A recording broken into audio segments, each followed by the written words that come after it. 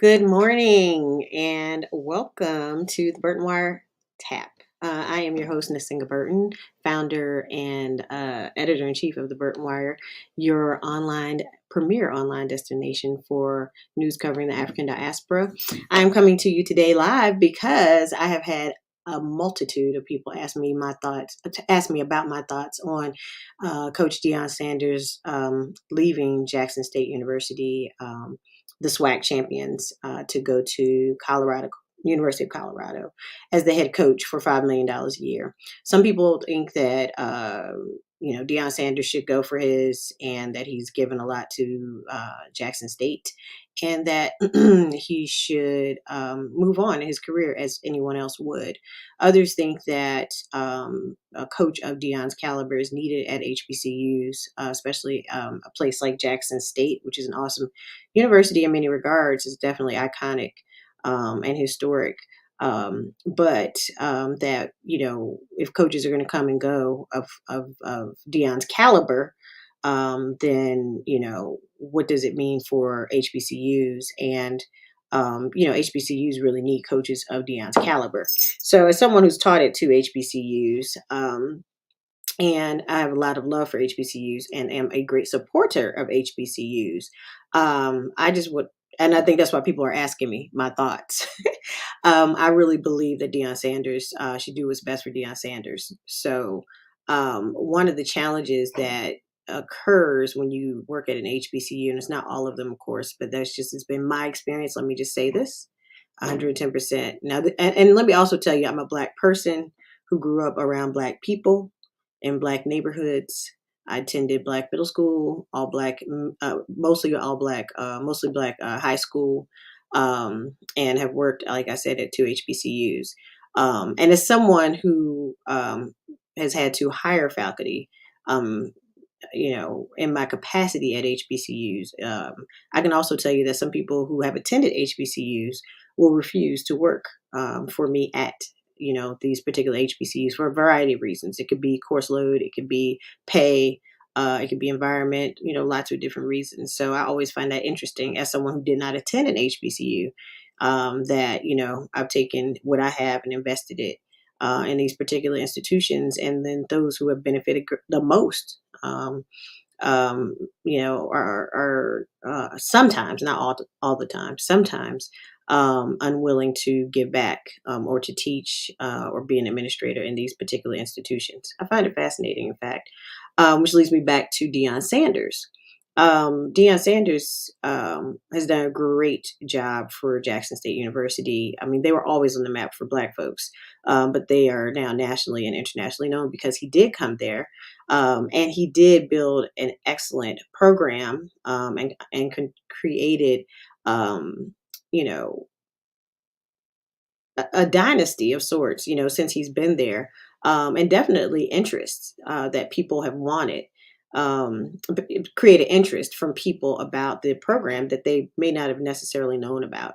But you have to also understand that Sanders can't do everything.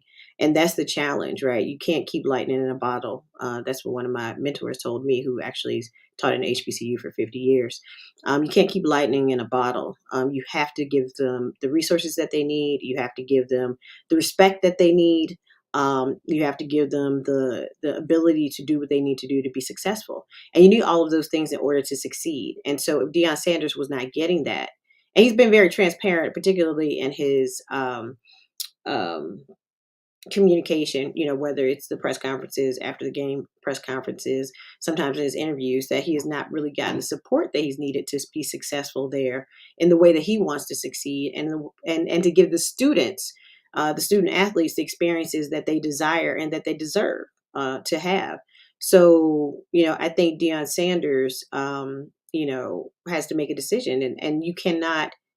I think people have to realize that you cannot just assume that people are going to continue to um, work in environments where they're not supported, where they may not be treated well, where they're not paid well, just because, for the sake of Black folks, even when they are a millionaire, like Deion Sanders is, even when they've experienced the type of success that he has.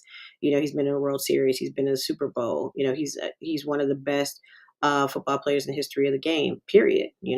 So someone who's used to that level of success, who's used to that level of support, and who's willing to put the time in and to invest and to get the players where they need to be, needs to have something in return. And so I think the challenge is in some institutions, and again, I don't want to demonize all HBCUs. I don't believe that all HBCUs are bad or any of those things. I just think that sometimes and this is in general in academia, um, people expect you to give, give, give, give, give, give, give, give, give, and to not get what you need in return to be whole. And so you have to do that. And so he's going to get $5 million a year, which is not a lot of money for Deion Sanders, actually, but it's a lot of money for coaching. And I have to also say, I saw Roland Martin's social media that he reported that only 13% of Jackson State alums give money. So in my mind, I'm like, when you all bagged Deion Sanders, I mean, you should have immediately started a campaign to raise funds, and they probably did. I don't know for sure. I'm sure they did, because anyone in development, is going to do that. Like, that's a no brainer. But it's not only that you have to have the campaign, but you also have to have people who are going to give to the campaign. And so when you landed someone of Deion Sanders' caliber, everybody has to pitch in. Alums, you have to give money so that you can have programs, not only sports programs, but also academic programs, so that you have nice dorms, all the things that it takes to run a college or university. It takes time and it takes money. All right. So Deion Sanders needed more time um, in this particular position. Jackson State needed him for more time. So that means you need to have more money. And, no shade, but a little bit of shade. Your homecomings are off the chain. Like, you have the best homecomings in the country, probably in the world. And the amount of money that is spent on homecoming is important. But yeah, you could put that money somewhere else, or some of it somewhere else. And so I say that to say, when, Deion Sanders said in one of the pressers that I saw him in, where he said, yes, right? He's very transparent. If I get a good offer from another uh, team, I'm going to go. So he said that. So then the onus is on Jackson State to figure out how they're going to keep him. So when he said that, there needed to be whatever needed to be done to get him to stay, whether it was more money, more staff, more scholarships for the students, whatever it was that needed to be done. And it wasn't. So he's leaving. And that's what happens. So this idea that, this is not 100 years ago, 150 years ago, when Black folks could only work at HBCUs, when Black folks didn't have other opportunities or options, even in the coaching field, which has been horrendous as it relates to Black coaches at all levels in all sports. Not everybody's going to be George Lynch, and stick it out. And make it happen, regardless of what the situation is, because they care about the players more than anything else. Not everyone is going to do that, and he's a basketball coach at Clark Atlanta University. But my point is, and the point that I'm making, is that you cannot assume that people are going to do that. If you can't even rely on your own alums to contribute in a greater number than 13%, which is just terrible. Like, that's awful. Um, and you can't rely on your alums to contribute. And you can't rely on your alums to work at the institution that they went to, that gave them the paper that they needed in order to get the money that they have and the status that they have now. Then why do you think somebody who's not even connected to the organization or to the university is going to do that for you? They may, if they're empathetic, if they have a good heart, if they really, really care. And I'm not saying Deion Sanders doesn't care, because the fact that he took the job means that he cares. The fact that he was so vocal about what the challenges were and how they were being treated, and the racism that is, not only in the broadcasting side of sports, but also on the actual NCAA side of sports, is important. All of that counts and all of that matters. But he also matters. His life matters. His quality of life matters. And his need to succeed is evident. I mean, just look at the message he already sent to University of Colorado players. Like, you're not ready to win, or you're not trying to win, transfer. So that's the type of person you're dealing with. So anyway, I just wanted to say that, I don't think it's as easy as people say, oh, Deion, he gave up on black folks. He's a phony. I don't think it's that at all. I mean, it is what it is. It's 2022. We're going into 2023. Life is short. If you're going to invest your time, talent, energy, money, resources, network into a school or university, you have to get a return on it. Deion Sanders is a winner. He's won everywhere he's been. Of course, they're the SWAC champions. That's why they hired him. So then you have to figure out, how do we keep him? How do we keep someone of his caliber? And then do it. And then everybody has to do it, participate. It has to be all hands on deck. The coaching staff, faculty, uh, administrators, students, current students, former students, everybody's got to be on deck. And if you don't have that, then Deion Sanders leaves.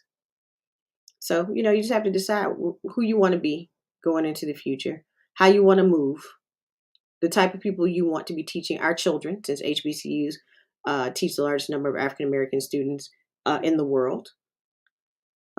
So we just have to make those decisions. But certainly, if you're not being supportive, if you're not a booster, if you haven't put any time, energy, money into the school since you graduated, or you're there currently and you're not doing anything that would add value to the experiences of the students ultimately, and then to the overall family, because HBCUs are big families, then, just be quiet and just be mad. Yeah. And do better. We can do better, and we should. So that's what we should learn from Deion Sanders.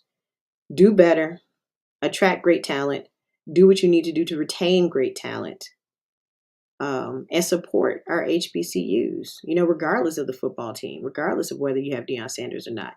Every week, every time you get paid, every month you get paid. I mean, I didn't go to HBCU, but every month I give money to an HBCU. If you went to an HBCU, you absolutely should be doing that. Every paycheck, even if it's $25. So if you're not doing that, shut up. That's all I have to say. Y'all have a wonderful day. Go Coach Sanders. And I wish, I can't wish the SWAC. I can't wish Jackson State good luck because they're playing North Carolina Central. My sister is an alum. My nephew is there now. But I will say I am proud of what Deion Sanders accomplished at Jackson State. We should all be proud of that. And it should be a model of what can happen. So the next step is to figure out how to make sure that not only the coaches, the student athletes, and everyone who's connected to those spaces gets what they need in order to be successful. All right. Bye.